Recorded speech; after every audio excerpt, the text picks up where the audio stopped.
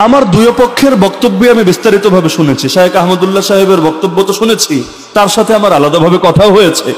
আর তাহেরি সাহেবের বক্তব্য তো আমি ডেইলি শুনছি এই বিষয়ে, যেহেতু আমাদের সাবজেক্টে আকীদা আর ফিকহ, সুতরাং আকীদা নিয়ে বাংলাদেশের কোন চিপায় চাপায় কি হয় না হয় সবকিছু নজর রাখার চেষ্টা করি, কারণ যার যে দায়িত্ব তাকে তো সেই দায়িত্ব পালন করতে হবে। আমরা ইসলামের পাহারাদার, আসলে দারোয়ান, পাহারাদার। তো যেহেতু দারোয়ান, সুতরাং দারোয়ানগিরি করার জন্য আমাকে তো সব বিষয়ে পরিপূর্ণ আপডেট থাকতে হবে। তো চেষ্টা করি পুরো আলোচনার খোলাসা আমি দুই কথায় বুঝিয়ে দিয়ে আলোচনার ইতি টানছি ইনশাআল্লাহ।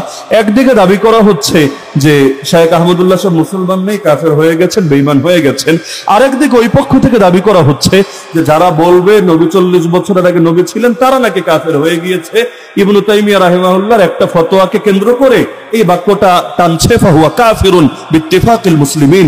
তো দুই দলের চোখে যদি দুই দল কাফের হয়ে যায়, দিন শেষে মুসলমানটাকে, তো মুসলমানকে এটা বোঝানোর জন্য আমি অল্প কথায় মূল মেসেজটা এবং সাধারণ জনতা যারা আছেন, মাদ্রাসার ছাত্রদের বোধগম্য করে লম্বা আলোচনা আমি ইতিপূর্বে করেছি, সাধারণ জনতা যারা আছেন তাদেরকেও পানি ভাতের মতো করে বুঝিয়ে দিচ্ছি। দেখেন, বিষয় হলো দুইটা। এক নম্বরে, প্রতিটা মানুষ দুনিয়াতে আসার পরে কি হবে না হবে এই সবকিছু আগ থেকে তাকদীর নির্ধারিত আছে নাকি নাই। আমার আগে হযরত হরসপুরি হুজুরও কিন্তু উদাহরণ দিয়ে দিয়ে বুঝিয়েছিলেন যে এই যে আলী হাসান ওসামা এখানে আসবে, বয়ান করবে, আপনারা এসে বয়ান শুনবেন, এই যে জিনিসগুলো এটা আজই সিদ্ধান্ত হয়েছে এমন না, আমাদের জন্ম না, শুধু দুনিয়া সৃষ্টির বহুকাল আগে এই সবকিছুর ফয়সালা চূড়ান্ত ভাবে লেখা হয়ে আছে। তো আমাদের অনেকে কি মনে করে জানেন, যে নবী যে আগ থেকেই নবী এর অর্থ মনে হয় এটা, বুঝছেন, যে নবী যে আগ থেকেই নবী এর অর্থ মনে হয় এটা যে আল্লাহ তাআলা এই ফয়সালা আগ থেকে করে রেখেছেন। এই বিবেচনায় আমি বলবো এটা ভুল কথা। এটা কি কথা? এটা কি কথা? আমাদের অনেক ভাই দেখেছি এই কথা বলতে চাচ্ছে যে সবাই তো আগ থেকে কি হবে না হবে, যেমন তাহের দুনিয়াতে এসে কি করবে না করবে এটা আজকে ফয়সালা হয় নাই, এটা তাহেরই না, গোটা দুনিয়া জন্মেরও বহুকাল আগে ফয়সালা হয়ে আছে। তো সবই তো আগ থেকে লেখা। তো যদি বলেন অর্থ এটাই, তাহলে আর আমার নবীর বিশেষত্ব কি? আদম নবীও জন্মের বহু আগেই লেখা আছে তিনি নবী হবেন। আল্লাহ যখন থেকে আল্লাহর ইলমও তখন থেকে, বুঝেন, আল্লাহ যখন থেকে আল্লাহর ইলমও তখন থেকে। আল্লাহর যেমন কোনো শুরু নাই, কোনো শেষ নাই, আল্লাহর ইলমেরও কোনো শুরু নাই, কোনো শেষ নাই। এ কারণে কোরআনকে আমরা বলি আল্লাহর কালাম। এ কারণে কোরআনকে আমরা মাখলুক বলি না। মাখলুক মানে সৃষ্টি, আমরা বলি না কোরআন সৃষ্টি। কেন? আল্লাহ যখন থেকে তার কালামও তখন থেকে। আল্লাহর অস্তিত্বের সূচনা নাই, সুতরাং কালামে পাকের অস্তিত্বেরও কোনো সূচনা নাই। কথা ক্লিয়ার? তা আল্লাহ যখন থেকে তার ইলমও যদি তখন থেকে হয়, তো এই যে দুনিয়াতে কি হচ্ছে না হচ্ছে এই সবগুলোর ইলম আল্লাহর আছে নাকি নাই?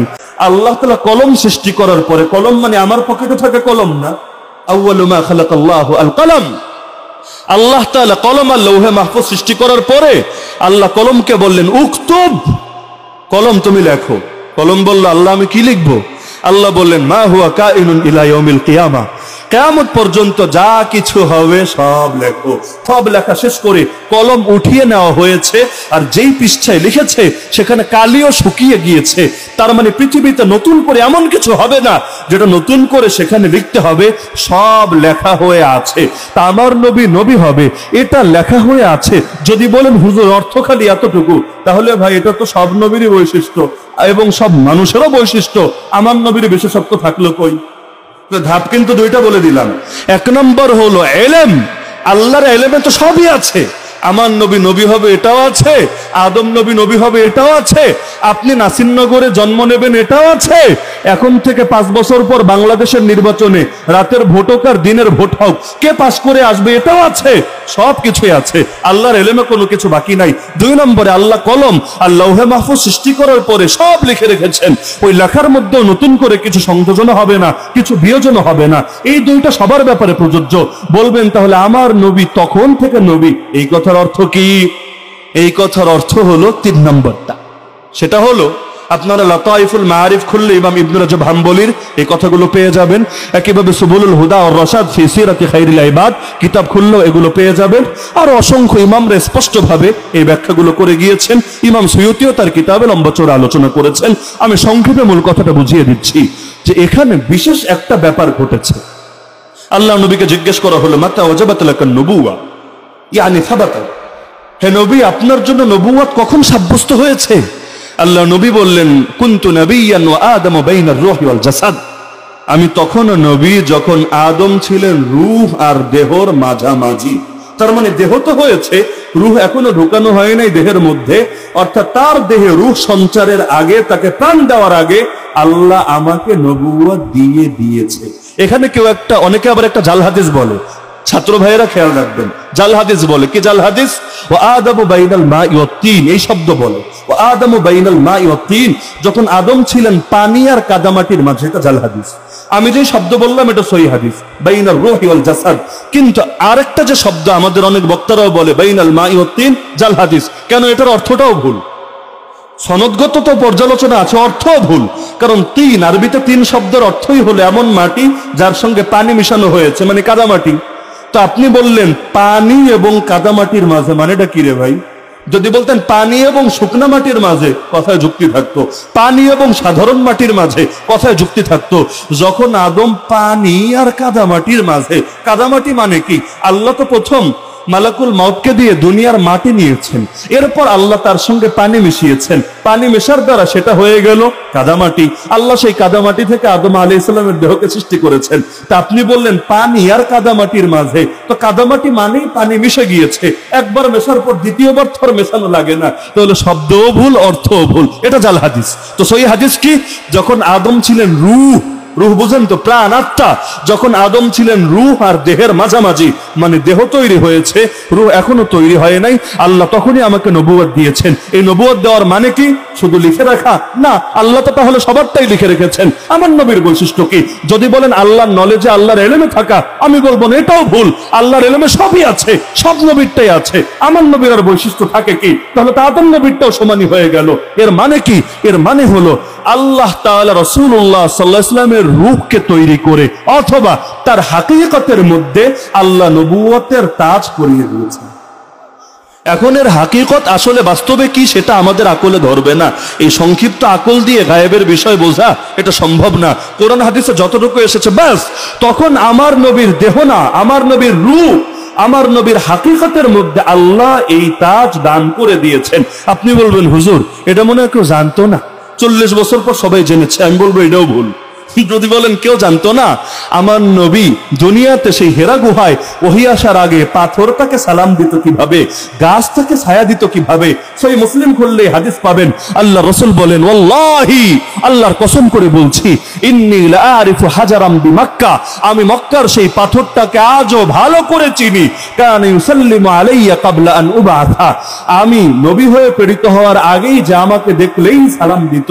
ইন্নী লাআরিফুহুল আন, নিশ্চয়ই আমি আজও তাকে ভালো করে চিনি। তাহলে দুনিয়ার লোক তখনও চেনেই না যে আল্লাহর রাসূল নবী হবে, সবাই জানে না। হ্যাঁ, বুহায়রা রাহিব জানে, এরকম আরো অনেক লোক জানে, এমনকি ইহুদিরা পর্যন্ত তাদের কিতাব পড়ে অপেক্ষায় আছে।